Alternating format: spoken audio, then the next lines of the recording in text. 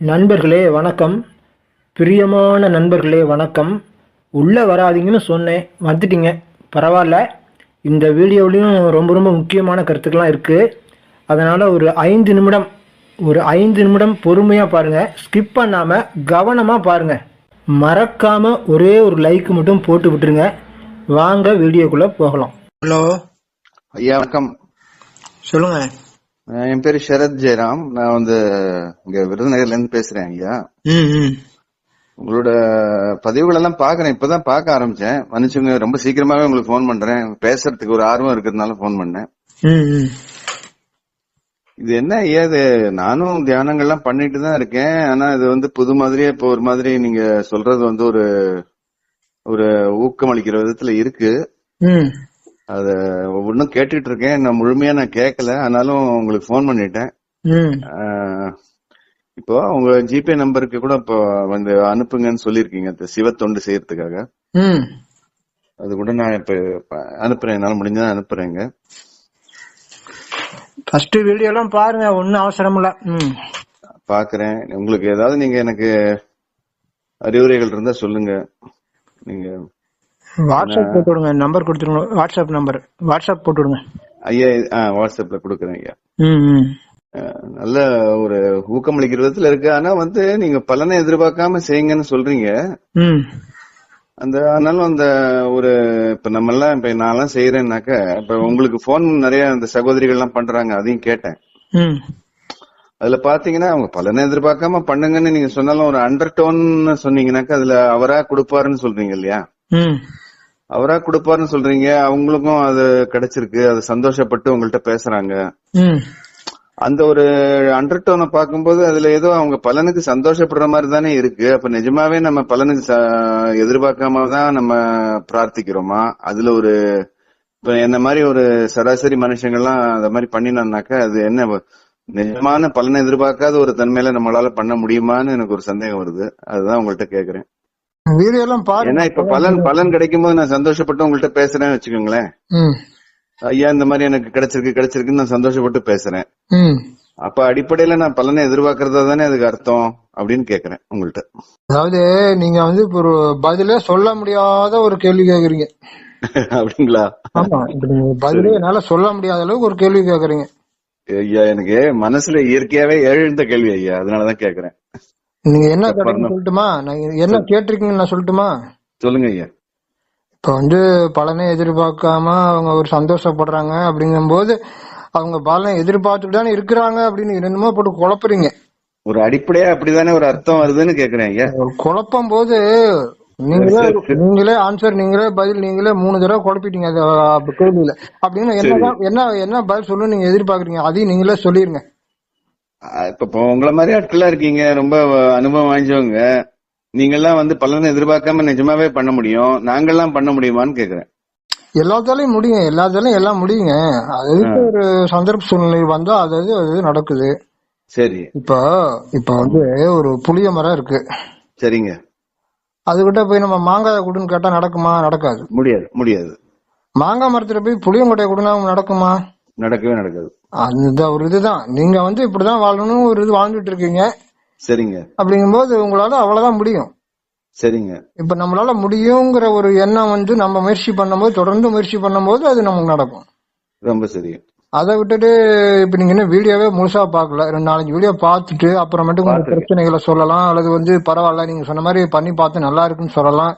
சரி. எதுவுமே பண்ணாம நீங்க கேக்குறீங்க. இல்ல நான் தியானம் பண்றேன். இப்ப நீங்க உங்களோட ஒரு முறையில கொஞ்சம் மாத்தி பண்ணிட்டு இருக்கேன், கொஞ்சம் 2-3 நாளா பண்றேன். இல்ல நான் சொல்றது 100 பாயிண்ட். சரிங்க. ஹை லெவல் இதெல்லாம் எல்லாராலும் பண்ண முடியாது. சரிங்க. புரியுதுங்களா? எல்லார்த்தாலும் ஏற்றுக்கவும் முடியாது, பண்ணவும் முடியாது. சரி. அப்படிங்கும்போது உங்களால அது கேட்டு பாருங்க. ஈஸியாவும் பண்ணலாம். இந்த ஒரு மனசு வச்சா மனம் இருந்தாலும் மார்க்கம் உண்டுங்கிற மாதிரி. சரிங்க. எந்த பலனும் எதிர்பார்க்கல அப்படிங்கும் போது எல்லாமே இருக்கு, எனக்கு எதுவும் வேண்டாங்கிற ஒரு உயர்நிலை. அதுல போயிட்டு நீங்க தியானம் பண்ணும்போது அதை சிந்திக்கும் போது உங்களுக்கு எல்லாமே தேடி வரும். சரி. அதுதான் நம்ம எல்லா கான்செப்டும் அதுதான். இப்ப லா ஆஃப் அட்ராக்ஷனாலும் அதேதான். எல்லாமே சேர்த்து ஒரே இதுல சொல்றேன், அவ்வளவுதான். சரி எல்லா தியான முறையும் சேர்த்து ஒரே பாயிண்ட், ஒரே தியான முறை, ஒரே மூச்சுக்கு ஒரே இது 100 அவ்வளவு முடிஞ்சது. எல்லாமே அதுல அடங்கிடுச்சு. ஒவ்வொன்றும் தனித்தனியா போய் வாசி வகுத்துக்கு போ, இந்த அங்க போ இங்க போ, இப்படி பண்ணு அப்படி பண்ணு, எதுவுமே இல்ல, எல்லாம் முடிஞ்சது. அதான் அதுக்கு மேல ஒண்ணும் இல்ல அப்படிங்கிற மாதிரி சொல்றேன். அப்படிங்களா? ஈஸியாவும் சொல்றேன், அவ்வளவுதான். ஆமா, ஈஸியா சொல்றீங்க. நீங்க பலனை எதிர்பார்க்காதேன்னு சொல்லும்போது அதுக்கப்புறம் கடைசியில ஒரு பிரார்த்தனைன்னு ஒரு பாயிண்ட் கொடுக்குறீங்க. ஒரு பிரார்த்தனைன்னு ஒண்ணு சொல்றீங்க இல்லையா, ஒரு ஒரு செக்ஷன். ஆமாங்க, அது இப்ப தேவைப்பட்டா பண்ணிக்க, தேவையில்லைன்னா பண்ணிக்கலாம். நிஜமாவே பலனை எதிர்பார்த்து பண்ணல பகவானே, நான் ஒரு சின்ன பலன்களை எதிர்பார்த்து தான் பண்றேங்கிற ஒரு உண்மையை அவர்கிட்ட சொல்லிக்கலாமான்னு கேக்குறேன். இல்ல இல்ல, அப்படிலாம் இல்ல. நீங்க எதையும் எதிர்பார்க்காம திருப்தியா இருந்தாவே ஆட்டோமேட்டிக்கா எல்லாம் சரியாயிடும். சரி. மக்கள் ஆதங்கப்பட்டு கேக்குறாங்க, எனக்கு மந்திரம் சொல்லுங்கிறாங்க. மந்திரம் சில பேர் மந்திரம் சொல்லும் அது என்ன சொல்லு இதேதான் கேக்குறாங்க திருப்பி திருப்பி. சரி, ஏதோ மந்திரம் சொல்லிக்கோங்கிறது. அது மாதிரி இப்ப திருப்தியா இருங்கும் போது எல்லாமே உங்களுக்கு சுகமா நல்லா இருக்கும், உடனே நல்லா இருக்கும், மாறிடும் எல்லாமே. இருந்தாலும் சில பேருக்கு பயமா இருக்குல்ல, என்னமோ ஏதோமோ இப்படி ஆயிருமா, அப்படி நடக்குமா நடக்காது, இப்பெல்லாம் சந்தேகம் இருக்கு. சரி, சாமி கிட்ட சொல்லிருப்பா, சொல்லிட்டு விட்டுரு, அதையும் நினைச்சிட்டே இருக்காத. அப்புறம் சொல்லு, நம்பிக்கையோட சொல்லிட்டு விட்டுரு, பாத்துக்காரு. அப்புறம் நடக்கட்டும், தைரியமா இரு. ஐயா திடீர்னு வாழ்க்கையில சில திருப்பங்கள் ஏற்பட்டு மனசுக்கு சங்கடங்கள் உண்டாயிருக்கு. மனிதர்களாலே தேவையில்லாத ஒரு மனோநிலைகள் உண்டாயிருச்சு, அர்த்தமே இல்லை. ஏன்னா நீங்க சொல்ற மாதிரி எல்லாமே இருக்கும்போது அதுல சந்தோஷமா அதை சின்ன சின்ன குறைகளை நிவர்த்தி பண்ணிக்கிறதுக்கு இல்லாம ஒரேடியா பிரியிற மாதிரியான நிலைமைகள் வந்துருச்சு. பிடிவாத குணம் தான் மனுஷனுக்கு இருக்கு. பிடிவாத குணம், அது வேணான்னு காலில் விழா குறையா கெஞ்சினாலும் அது என்னவோ அவங்களுக்கு ஒரு மனமாறுதல் ஏற்பட்டுருச்சு. அப்படிங்கும்போது மனசுல வலி இருக்கு ஐயா. இப்போ வலியை வச்சுக்கிட்டு நம்மளால பண்ண முடியாது. நீங்க திருப்தியோட பண்ணணுங்கிறீங்க. எப்படி அந்த வலியை மறந்து திருப்தியை எப்படி உண்டாக்கிக்கிறது? ஃபர்ஸ்ட் ஒரு விஷயம் நம்ம எந்த கவலை, அவமானம், எதுவுமே நம்ம மனசுல உள்ள போட்டுக்க கூடாது. சரி. எது நடந்தாலும் சிரிச்சிட்டு சந்தோஷமா எடுத்துக்க கூடாது. வலி இருக்கு ஐயா, சொல்ற கேளுங்க. எடுத்துக்காம இருந்துட்டா ஒண்ணும் செய்யாது, இப்போ வெளியே அப்படியே போயிடும். சரி. நம்ம எடுத்து உள்ள போட்டுக்கிட்டு இப்படி ஆயிடுச்சு இப்படி சொல்லிட்டாங்களே, இப்படி துரோகம் பண்ணிட்டாங்களே, இப்படி ஏமாத்திட்டாங்களே, இப்படி நம்மள திட்டாங்களே, அவமானப்படுத்திட்டாங்களே. இன்னொரு விஷயம் மட்டும் சொல்லிக்கிறேன். எனக்கு ஏற்பட்ட அவமானங்களை நான் பெருசா கருதவே இல்லை ஐயா.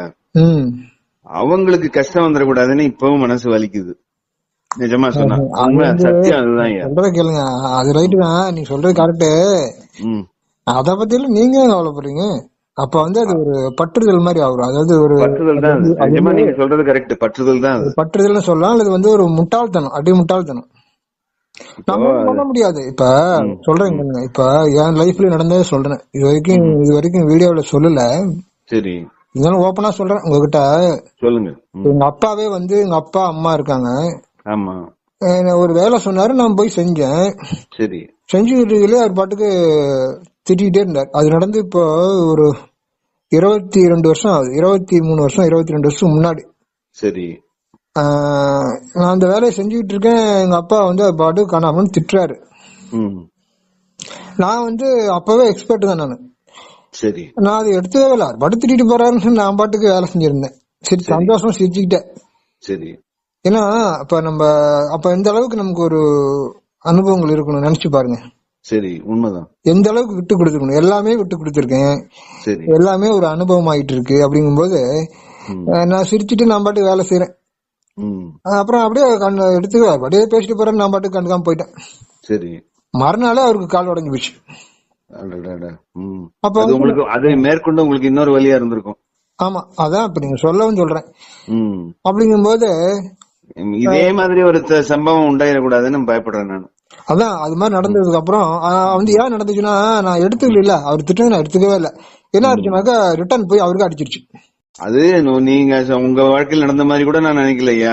அவருக்கு திருப்பி நமக்கு செஞ்சதுக்காக அவங்களுக்கு ஒரு பாவம் செய்யறன்னு கூட நான் நினைக்கல. அதாவது வாழ்க்கையில பிராக்டிக்கலா பண்ண வேண்டிய விஷயங்களை சரியானபடி உபயோகப்படுத்திக்காம, நமக்கு இருக்கிற நன்மைகளை உபயோகப்படுத்திக்காம கண்ணுக்கு நேர ஒரு முட்டாள்தனமான முடிவுகளை எடுத்து அவங்க மாட்டிக்க கூடாதுன்னு நினைக்கிறேன். நீங்க கூட தெய்வ இது கூட குத்தமா கூட நான் அதை எடுத்துக்கல. இயற்கையாவே இப்ப நமக்கு இருக்கிற ஒரு இடத்துக்கு போகாத, அந்த நெருப்பு சுடும், அங்க ஒரு பள்ளம் இருக்குன்னு சொல்லும் போது அங்க அந்த வழியிலதான் நான் போவேன்னு சொல்லி அந்த பள்ளத்துல விழுந்துடக்கூடாதுன்னு நமக்கு பயமா இருக்கு. சரிங்க ஐயா, நான் சொல்லவே முடிக்கல. சொல்லுங்க ஐயா. அதாவது என்ன ஆச்சுனாக்கா, ஒரு கால் உடைஞ்சு 3 மாசமா சாப்பிட முடியாம நடக்க முடியாம படுத்து கிடக்குறாரு. சரி. 3 மாசமா படுத்து கிடந்தவரு திருப்பி நல்லா ஆயிடுச்சு. 3 மாசம் கழிச்சு நல்லா ஆயிடுச்சு. சரி. நல்லானதுக்கு அப்புறம் அதே மாதிரி திட்டுறாரு. அதே மாதிரி ஆயிட்டாங்க. அல்ல, அது வரைக்கும் கம்முனே இருந்தாரு 3 மாசம். சரி. நல்லானதுக்கு அப்புறம் அதே மாதிரியே என்னை திட்ட ஆரம்பிச்சிட்டாரு. அது இயல்பு, அது மனித இயல்புன்னு தான் சொல்லணும். அப்ப அதுக்கு என்ன பண்ண முடியும்? நான் வருத்தப்பட்டேன். ஐயோ, இப்ப நம்மளால இப்படி ஆயிடுச்சு, நம்மள திட்டப்போ அவருக்கு இப்படி ஆயிடுச்சுன்னு சொல்லி ரொம்ப வருத்தப்பட்டேன். ரொம்ப கஷ்டமா இருந்தது. என்னடா பண்றதுன்ட்டு. அப்படிங்கும்போது அது 3 மாசம் கழிச்சு அதே மாதிரி திட்டுறாரு. அதனால அவங்க வந்து திருந்துறதுக்கு வாய்ப்பே இல்லை. கடைசி வரைக்கும் எங்க அப்பாவை கொன்னே விட்டாரு, காலி பண்ணிட்டாரு. அது நடந்து ஒரு வருஷத்துக்குள்ள எங்க அப்பாவை காலி பண்ணிட்டாரு. இவன் இருக்கிற வரைக்கும் இவனுக்கு இடைஞ்சல் கொடுத்துட்டு தான் இருப்பான். பெத்த பிள்ளைக்கு இவன் இடைஞ்சல் பண்ணிக்கிட்டே தான் இருப்பான், எல்லா கஷ்டமும் கொடுப்பான் அப்படின்ட்டு காலி பண்ணிட்டாரு. ஓப்பனா சொல்றேன். அதாவது அதுதான் எல்லாரும் அப்படிதாங்க. நம்ம கிட்ட இருக்க அப்பா அம்மாவே நமக்கு எல்லா கெடுதலும் பண்ணுவாங்க. கூட பிறந்த சகோதரன் நமக்கு பயங்கரமா கெடுதல் பண்ணுவான். சரி, அதெல்லாம் சொல்லக்கூடாது. எல்லாருமே சுத்தி இருக்கவங்க எல்லாருமே பண்ணுவாங்க. அப்படிதான். அவ்வளவுதான் சொல்ல முடியும். இதுக்கு மேல யாரு பண்ணுவாங்கன்னு தனித்தனியா சொல்ல முடியாது. எல்லாருமே அப்படிதான் பண்ணுவாங்க. இல்ல, இவ்வளவு நாள் நல்லா இருந்தது ஐயா. இவ்வளவு நாள் அன்பும் பாசமா இருந்தது. அதனால அவங்கள குத்தம் சொல்லவும் முடியல. அவங்க ஒரேடியான ஒரு எதிர் குணம் உடையவர்களும் அவங்கள நாங்க முத்திரை கொடுத்த முடியல ஐயா. அதனால இவ்வளவு நாள் அன்பு பாசமும் இருந்ததுக்காக சொல்றேன். திடீர்னு இப்படி ஆயிப்போச்சு. அதனால அவங்கள ஒரு கெட்டவங்கன்னு நம்மளால சொல்ல முடியல. அதனால அதெல்லாம் நம்ம அதை ஒன்னும் பண்ண முடியாதுங்க. அதெல்லாம் ஒண்ணுமே பண்ண முடியாது. அது வந்து நம்ம அதை பத்தி நம்ம கவலைப்பட வேண்டிய அவசியமே இல்லை. நம்ம எதுவுமே நம்ம வந்து இந்த இடத்துல சுயநலம் போயிட்டே இருக்க வேண்டியதான். நம்ம வந்து யாருக்கும் தீமை செய்யல, வந்து துன்பம் கொடுக்கல. நம்மளும் துன்பத்தை எடுத்து போட்டு கூடாது, கவலை எடுத்து போட்டு கூடாது. சரி, நம்ம பாட்டுக்கு போயிட்டே இருக்க வேண்டியதான். அப்படிங்களா? ஒண்ணும் பண்ண முடியாது. இப்ப நம்ம அவங்களை காப்பாற்ற முடியாது. இப்ப எங்க அப்பா அப்படியே பண்ணிட்டே இருந்தாரு. கடைசியில சாமி பார்த்து அடிச்சு காலி பண்ணிடுச்சு. தெரிஞ்சிருக்கு வாய்ப்பு இல்ல. அது சாகரத்து சொல்ல போனா சாகரத்துக்கு முத நாள் கூட நீ திட்டிட்டு பயங்கரமா திட்டினாரு. நான் ஒன்னும் கண்டுக்கல. அவர் பாட்டுக்கு ஒரு மணி நேரம் அவர் பாட்டு திட்டினாரு. நான் ஒண்ணுமே எடுத்துக்கல அத பத்தி. அப்புறம் மறுநாள் காலையில அவுட் ஆயிட்டாரு. அது ஏதோ ஒரு காழ்ப்புணர்ச்சி வந்துருது போல. அதாங்க சொல்றேங்க. உங்களுக்கு என்னால புரிய வைக்க முடியும். உங்களுக்கு என்னால வந்து உங்களுக்கு நான் என்ன சொல்ல வரேன்னு நீங்க புரிஞ்சுக்க மாட்டேங்கிறீங்க. உங்களுக்கு என்னால புரிய வைக்கவே முடியாதுங்க. இதெல்லாம் வந்து உங்களை மட்டும் பாருங்க. நீங்க பாட்டுக்கு இந்த மெடிடேஷன் தியானம் பண்ணுங்க, போயிட்டே இருங்க. ஏங்க அவுட்டர்லயே பார்த்து நீங்க ஏங்க குழப்பிக்கிறீங்க? இறைவனை சரணடைங்க நீங்க சொல்லிட்டீங்களே, அது சரணாகதி வரணும், அவ்வளவுதான். ஒரு ஃபார்முலா சொல்றோம்னா அது அப்படியே பிடிச்சுக்கணும், அவ்வளவுதாங்க. இப்ப வெளி உலகத்தை வந்து நீ கண்டும் காணாம இரு, அவ்வளவுதான். எல்லாம் கடவுள் அவருடைய கண்ட்ரோல்ல இருக்கு, அவ்வளவுதான். நம்ம போய் யாரையும் திருத்த முடியாது, மாத்த முடியும். சொல்லதான் முடியும், நல்லது தெரியும் ஒரு தடவை சொல்லலாம். கேட்க மாட்டேன்னு பிடிவாதமா பண்றாங்கன்னா நம்ம என்ன பண்ண முடியும்? உண்மைதான். இப்ப அவங்களெல்லாம் போய் காப்பாத்திக்கிட்டு இருந்தா நம்ம தாங்க சிரமத்து மேல சிரமம் அடுக்கடுக்க நம்ம தான் அனுபவிக்கணும். சரிதான், நீங்க நம்ம காலி ஆயிடும், அவ்வளவுதான். நம்ம முடிஞ்சு போயிடும் நம்ம கதை. இறைவனே அவங்களுக்கு நல்ல புத்தியை கொடுன்னு ஒரு பிரார்த்தனை பண்ணிக்கலாம். அதான் சொல்றேன், உனக்கு என்ன தோணுதோ பண்ணிட்டு நீ விட்டுரு, அவ்வளவு மறந்துரு, அவர் பாத்துக்குவாரு. சரிங்க.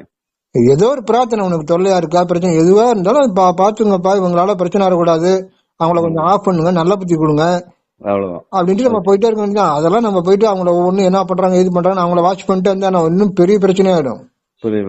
ஆமா, அவன் என்ன பண்றான் வாட்ச் பண்ண ஆரம்பிச்சோம்னா எவ்வளவு பெரிய பிரச்சனை வரும். சரிதாங்க. ஒவ்வொருத்தனையும் போய் வாட்ச் பண்றதுட்டே இருக்கிறது நம்ம வேலையா? இல்ல இல்ல, சொல்லுங்க. யாரையுமே யாரானா இருக்கட்டும், அது ஒய்ஃபா கூட இருக்கட்டும், ஒய்ஃபா சும்மா வாட்ச் பண்ணி சொன்னீங்கன்னா என்ன ஆகும்? அவ்வளவுதான், என்னமோ ஆகும். ஒன்னும் உங்களை விஷம் வச்சு கொண்டுடுவாங்க, இல்ல ஒண்ணு டைவர்ஸ் பண்ணுவாங்க, ஏதோ ஒண்ணு உங்களை போட்டு தெரியும், ஏதோ ஒண்ணு நடக்கும். உண்மை, ஏதோ ஒண்ணு நடந்துடும். அப்ப எதுக்கு நம்ம வேலை? நமக்கு நம்மளை பொறுத்த வரைக்கும் ரூட் கிளியரும் போயிட்டே இருக்கணும். மனைவியால நமக்கு என்ன வேணும்? நமக்கு சாப்பாடு வேணும், என்ன வேணும், அதை மட்டும் பார்த்துட்டு போயிட்டே இருக்கணும். அதை விட்டுட்டு அவங்க என்னென்னலாம் செய்யறாங்க ஓரளவுக்கு சொல்லலாம், ஒரு தடவை சொல்லலாம், இப்படி இப்படி நடந்துக்கமான்னு சொல்லலாமே தவிர அதுக்கு மேல போயிட்டு நீங்க சும்மா இப்படி செய்யாது அப்படி செய்ய சொல்ல முடியாது. அதனால லிமிட் தான், எல்லாமே லிமிட் தான். மனைவியா இருந்தாலும் சரி, பிள்ளைங்க பசங்களா இருந்தாலும் சரி, எல்லாமே லிமிட் தான். பசங்களையும் ஓரளவுக்கு வளர்க்கலாம், கண்ட்ரோல் பண்ணலாம். அதுக்கு மேல போனோம்னாக்கா அது வந்து அவங்களுக்கு ஒரு வெறுப்பு தான் அவங்களுக்கும் வரும்.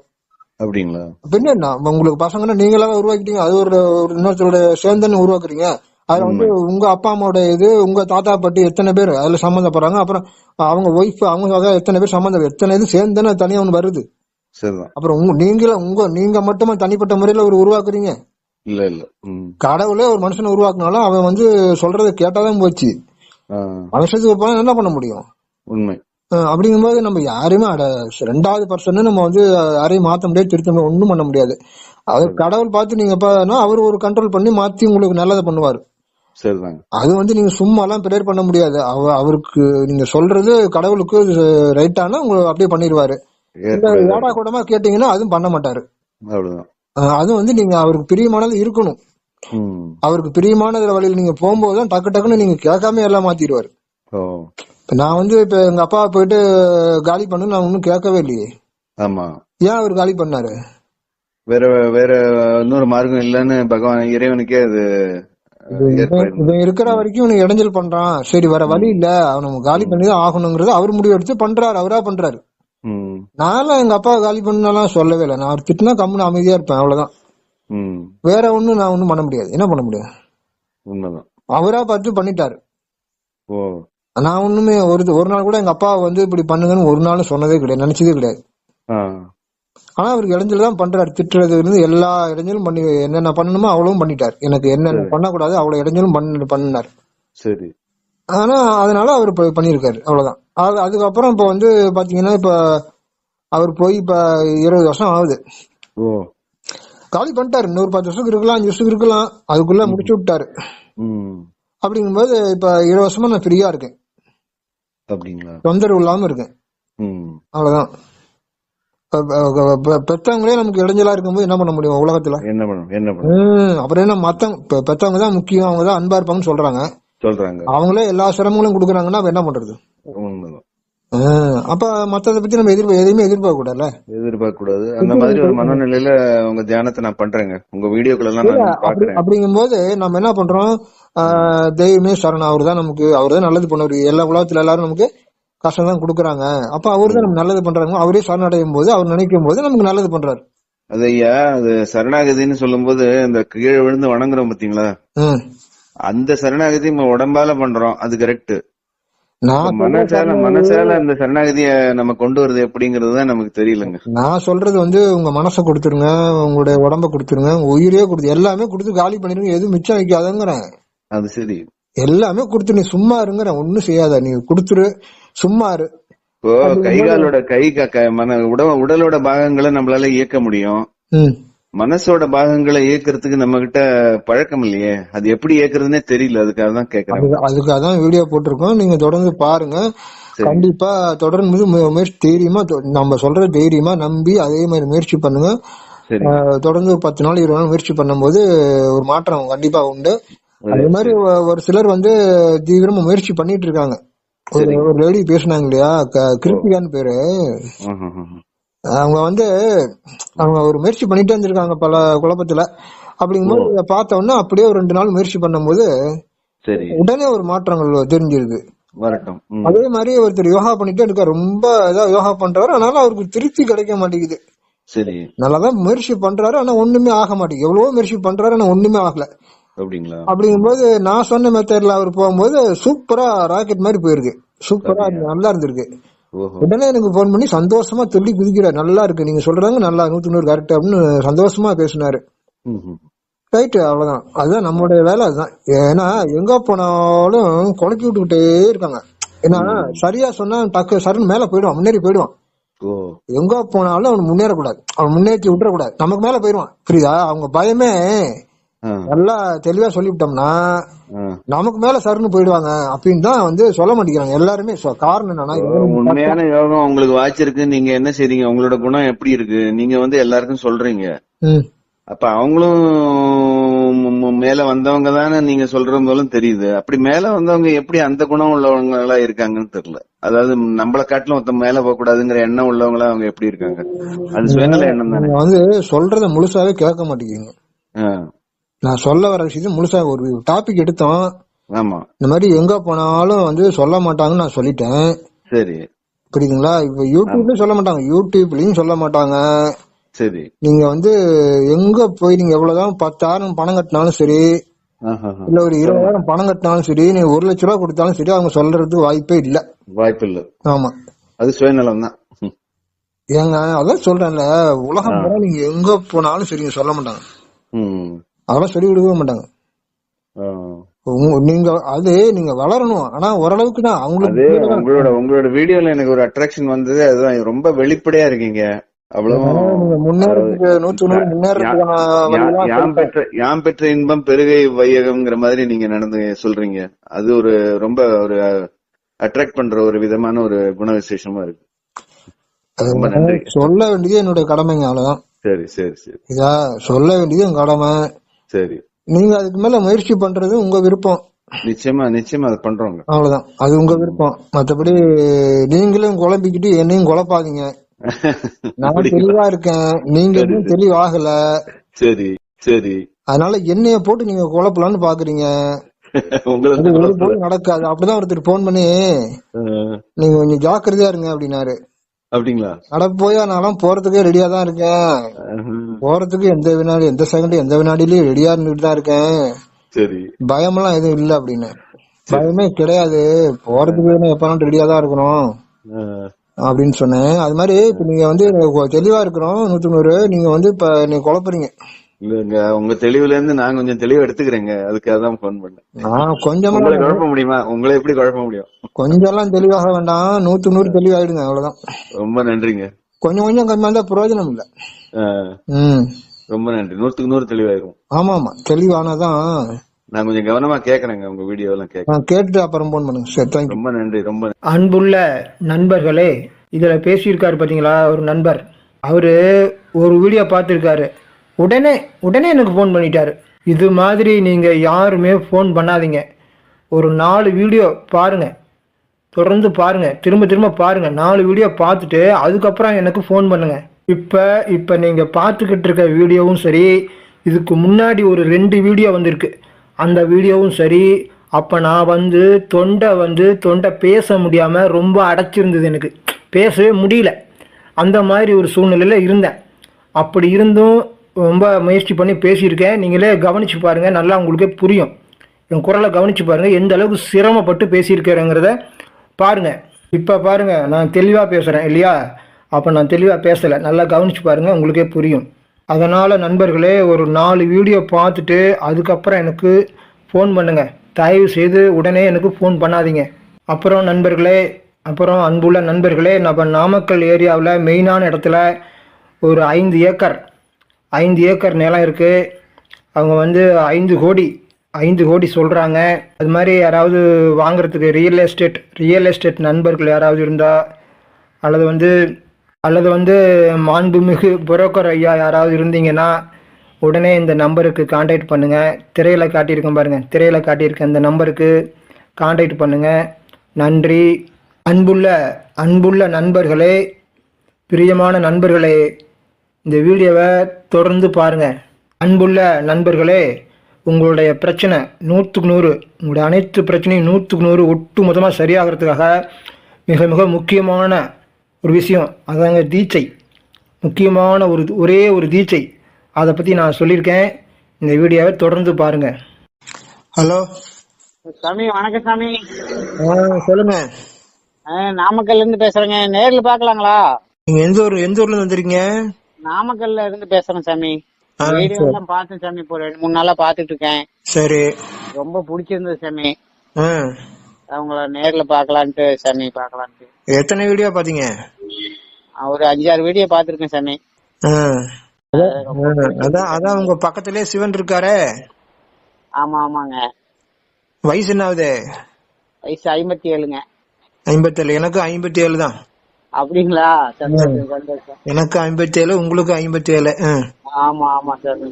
நாமக்கல்ல எந்த இடங்க? இதுக்கு பரமத்தி ரோட்லங்க, காவட்டிப்பட்டி. பரமத்தி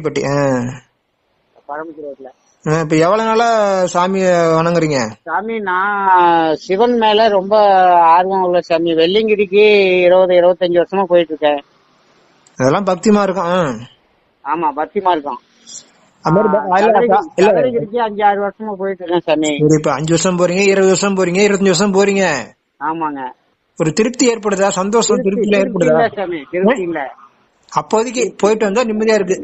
இப்போ 2 வருஷமா தியானத்துல இருக்க சாமி. அதான் பக்தி பண்ண வரைக்கும் உங்களுக்கு திருப்தி கிடைக்காம மேலும் மேலும் முயற்சி பண்றீங்க. ஆமா சாமி. அதாவது வெள்ளிங்கிரி மலைக்கு போறீங்க, தாடி வளர்க்குறீங்க, போறீங்க, பக்தியா போறீங்க, போகும்போது நல்லா இருக்குது அப்போதைக்கு. ஆமா ஆமா சாமி. போயிட்டு வந்து வாழ்க்கை மாற மாட்டேங்குது. ஆமா சாமி. வாழ்க்கை அப்படியேதான் இருக்கு, பழையபடி அப்படியேதானே இருக்கு, இல்ல மாறிதான் சாமி? அப்படியேதான் சாமி. இப்போ மேலும் மேலும் மேலும் கஷ்டம் தான் கொடுத்துட்டு இருக்கேன். உடனே என்ன பண்றது, இந்த சிவன் வெள்ளிங்கிரி மலை சிவன் வந்து நமக்கு சோதிக்கிறாரு, கஷ்டப்படுத்துறாரு அப்படின்னு நினைச்சுக்கிறது, அப்படிதானே நினைச்சுக்கிறது. அதுதான் சாமி. அதான் நீங்க பக்தி பண்ண பண்ண நிறைய சோதனை வரும், கஷ்டம் வரும், பிரச்சனை தான் வரும். ஆமா. இப்போ கிட்டத்தட்ட இப்போ மளிகை கடை வச்சிருக்கேன் சாமி. கிட்டத்தட்ட ஒரு 10 ரூபாய்க்கு பக்கமா கடன் வந்துருச்சு சாமி. 10 ரூபாயா? 10,000மா 10 லட்சமா? 10 லட்சம் சாமி. ஐயோ ஐயோ ஐயோ ஐயோ ஐயோ. மளிகை கடை வச்சு நடத்திட்டு இருக்கேன். நீங்க 10 ரூபான்னு சொல்லுவோம், 10,000 நினைச்சேன். அதான். சரி சரி, பரவாயில்ல, எந்த பிரச்சனையும் எல்லாம் தூள் கிளப்பிடலாம், தூக்கி காலி பண்ணிடலாம். சரி சாமி. சரி சாமி. எந்த பிரச்சனையா இருந்தாலும் எல்லாம் அடிச்சு காலி பண்ணிடலாம். சரி சாமி. ஒரு தீட்சை கொடுக்குறேன், அதை மட்டும் வாங்கிக்கோங்க, ஓகேவா? சரி சாமி. நம்ம இருக்கிற இடம் வந்து நாமக்கல்ல இருந்து ஒரு 10 கிலோமீட்டரு. சரிங்க. நான் சொல்றேன், சொல்லும் போது வாங்க, நீங்க எப்பனாலும் வரலாம். அப்படிங்களா? அதான் இப்ப நீங்க எல்லாம் மக்கள் வந்து இது உங்களை மாதிரி நிறைய பேர் சொல்றாங்க, எனக்கு பெரிய பிரச்சனை இருக்கு, ரொம்ப அது மாதிரி பிரச்சனை எல்லாம் இருக்குது, என்னால வந்து சரியாகல, ரொம்ப நாள் முயற்சி பண்றோம் ஆனா ஒன்னும் சரியாக மாட்டேங்குது. இப்ப கூட ஒருத்தர் போன் பண்ணாரு, உங்களுக்கு இப்பதான் ஒரு 5 நிமிஷம் ஆகுது, ஒருத்தர் போன் பண்ணி இந்த மாதிரி உங்களை மாதிரியே சொல்றாரு, எது பண்ணி ஒன்னும் சரியா வரல அப்படின்னு போன் பண்ணாரு. அவருக்கு தான் சொன்னேன், நீங்க வந்து ஒரு தீட்சை வாங்கிக்கோங்க, ஒரே ஒரு தீட்சை வாங்கிக்கோங்க, ரொம்ப ரொம்ப ஒரு குறைவான அமௌண்ட் தான், அமௌண்ட் ரொம்ப கம்மி தான். ஏன்னா அமௌண்டே இல்லன்னு சொன்னாலும், அமௌண்ட் வேண்டான்னு சொன்னாலும் யாரும் வரமாட்டாங்க, சொல்றது கவனிக்க மாட்டாங்க. ரொம்ப அதிகமா அமௌண்ட் சொன்னாலும் அதுவும் யாரும் வரமாட்டாங்க, வருவாங்க, அமௌண்ட் வசதி இருக்கவங்க தானே வருவாங்களா, வரமாட்டாங்க. இப்ப நீங்க எல்லாம் ஏற்கனவே கடனாகி பிரச்சனையில இருக்கிறீங்க, 10 லட்சம் கடங்கும் போது வட்டி கட்டுறது ரொம்ப சிரமம், ரொம்ப மன உளைச்சல் ஆகும், ரொம்ப சிரமம். அப்படிங்கும்போது ஒரு 10,000 கொடுங்க, 20,000 கொடுங்கன்னு கேட்டா நீங்க கொடுப்பீங்களா? அதுதான் ஒரு குறைந்த அமௌண்ட். அமௌண்டே வேண்டாம்ப்பான்னு சொன்னாலும் அது சரியா வராது. அத ஒரு 6 மாசத்துக்கு முன்னாடி திருப்பூர்ல கிரியா யோகான்ட்டு இருந்தது சாமி. அது ஏதோ சொல்லிட்டு போறாங்க, அது நல்லா இருந்துச்சா? போனீங்களா? எப்படி இருக்கு? அது ஒண்ணும் சரியில்லைங்க சாமி. அது வந்து பணம் வாங்கிட்டு 5,000 ரூபாய் பணம் வாங்கிட்டு தேய்ச்சி கொடுக்குறாங்க, வாங்காதையும் தேய்ச்சி கொடுக்குறாங்க. அங்க இருந்தவங்க எல்லாம் கல்யாண மண்டபத்துல எல்லாம் சும்மா பொதுமக்களே நிறைய வந்துட்டாங்க. அவங்களுக்கும் பொதுவான அந்த அமௌண்ட் இல்லாத பொதுவா தேய்ச்சி கொடுக்குறாங்க. அதான் சும்மா அதெல்லாம் என்ன நம்ம 5,000 ரூபாய் கொடுத்து தேய்ச்சி வாங்குறோம். அதனால ஒண்ணும் இல்ல, பணம் கொடுக்கறனால ஒண்ணும் இல்ல. உங்களுக்கு காரியம் அதுக்கப்புறம் மாறிச்சா இல்லையா? மாறல சாமி. அதான் சொல்றேன். இப்ப அதனாலதான் மக்கள் கஷ்டப்படுறாங்க, நான் ஓப்பனா ஃப்ரீயா எல்லாமே ஓப்பனா சொல்றேன் வீடியோல. இது மாதிரி யாருமே சொல்றது இல்ல, நிறைய சாமியாருங்களா இருக்கிறாங்க, நிறைய பேர் இருக்காங்க, பாத்துருக்கேன் சாமி. நம்மள மாதிரி யாரும் ஓப்பனா சொல்றது இல்ல. அது அவங்களுக்கு தெரியாதா இல்ல சொல்ல மாட்டேங்கிறாங்களா என்னன்னு ஒன்னும் புரியல.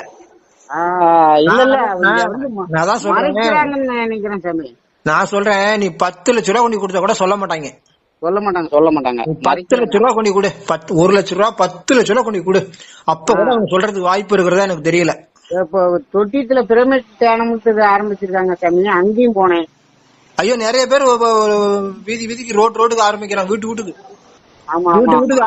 ஆரம்பிச்சுக்க வேண்டியதான். பணம் கட்டுங்கன்னு சொல்ல வேண்டியதான். ஆமா சாமி. வீட்டுக்கு ஒண்ணு ஆரம்பிச்சு எல்லாம் கொண்டாங்க, ஒரு 10,000 கொண்டாங்க, 20,000 கொண்டாங்கன்னு வசூல் பண்ண வேண்டியதான். அப்படிதான் சாமி பண்ணிட்டு இருக்காங்க. ஏன்னா எல்லாத்துக்கும் பிரச்சனை இருக்கு. இன்னைக்கு பிரச்சனை இல்லாம இருக்கிறவன் யாரு சொல்லு? இல்லங்க, ஆளே இல்ல. எல்லாத்துக்கும் பிரச்சனை அதிகமாயிட்டே இருக்கு. அதனால யாரா ஏதோ பண்ணட்டும், நம்ம கிட்ட வர்றவங்க 100க்கு 100 சந்தோஷம், 100க்கு 100 வெற்றி, 100க்கு 100 திருப்தி. அதுக்கு வந்துரு. நம்ம மாதிரி யாரும் ஓப்பனா சொல்றது இல்ல சாமி. ஓப்பனான்னு இல்ல, மக்கள் வந்து ஏமாந்துகிட்டு இருக்காங்க. அதாவது உலகத்துக்காக வாழ்றேன், பணம் சம்பாதிக்கிறேன், உலகத்துல பணம் சம்பாதிச்சதான் மதிக்கிறாங்கன்னு சொல்லிட்டு ஒரு முட்டாள்தனமா குருட்டுத்தனமா வாழ்ந்துட்டு இருக்காங்க. அதனாலதான் துன்பமே. துன்பத்துக்கு காரணமே இதுதான், அந்த ஆசை. ஆசைனா ஓரளவுக்கு நம்ம தேவையை மட்டும் பார்த்தா பிரச்சனை இருக்காது. அடிப்படை என்னன்னா நிறைய அவன் மதிக்கணும், அடுத்த மதிக்கணுங்கிறதுக்காக நிறைய சம்பாதிக்கணுங்கும் போதுதானே பல தவறுகளை செஞ்சு மேலும் நிறைய சம்பாதிக்கணுங்கும் போதுதானே துன்பம் ஆரம்பிக்குது. எல்லாரும் போதுன்ட்டு கரெக்டா இருந்தாங்கன்னா யாருக்குமே துன்பமே இல்ல. இல்ல இல்ல இல்ல. ம். சரிங்க ஐயா, நம்ம நேர்ல சந்திக்கலாம், விரைவில் சந்திப்போம், கண்டிப்பா நேர்ல சந்திக்கலாம். எப்பங்க ஐயா வரைக்கும்? நான் அப்புறம் நாளைக்கு ஃபோன் பண்ணுங்க, சொல்றேன். சரி சாமி. அப்புறம் சொல்றேன். சரிங்க சரி. அந்த தீட்சை வாங்கிக்கோங்க, கண்டிப்பா வாங்கிக்க, கண்டிப்பா உங்களுக்கு உடனே ஒரு நிமிஷம், ஒரே நிமிஷம் தான், ஒரே நாள், சரி சாமி. ஒரே நிமிஷத்துல மாத்திரலாம். Right right. அவ்வளவுதான். ஓகேவா? சந்தோஷம் சாமி. ரொம்ப ரொம்ப தேங்க்ஸ். உங்ககிட்ட பேசுறது எனக்கு பெரிய சந்தோஷமா இருக்கு சாமி. கண்டிப்பா மாறிடும், தைரியமா இருங்க. தேங்க்யூ சரி சரி. Thank you thank you thank you. நன்றி நன்றி. அன்புள்ள நண்பர்களே, இந்த வீடியோவுக்கு ஒரே ஒரு லைக் மட்டும் போட்டுருங்க, மறக்காம ஒரே ஒரு லைக் மட்டும் போட்டு விட்டுருங்க. உங்களுடைய அனைத்து நண்பர்களுக்கும் இந்த வீடியோவை ஷேர் பண்ணுங்க. இதுவரைக்கும் நீங்க இந்த நம்மளுடைய சேனலை வந்து சப்ஸ்கிரைப் பண்ணலைன்னா, சப்ஸ்கிரைப் பண்ணாமல் இருந்தீங்கன்னா உடனே சப்ஸ்கிரைப் பண்ணி வச்சுக்கோங்க. அப்புறம் நண்பர்களே, உங்களுக்கு ஏதாவது ஒரு குழப்பம் இருக்குது, ஒரு பிரச்சனை இருக்குதுன்னா உடனே எனக்கு ஃபோன் பண்ணுங்க. நான் வந்து மிக மிக ஒரு அருமையான வீடியோவில் விரைவிலே உங்களை சந்திக்கிறேன். அது வரைக்கும் வாழ்க வளமுடன்.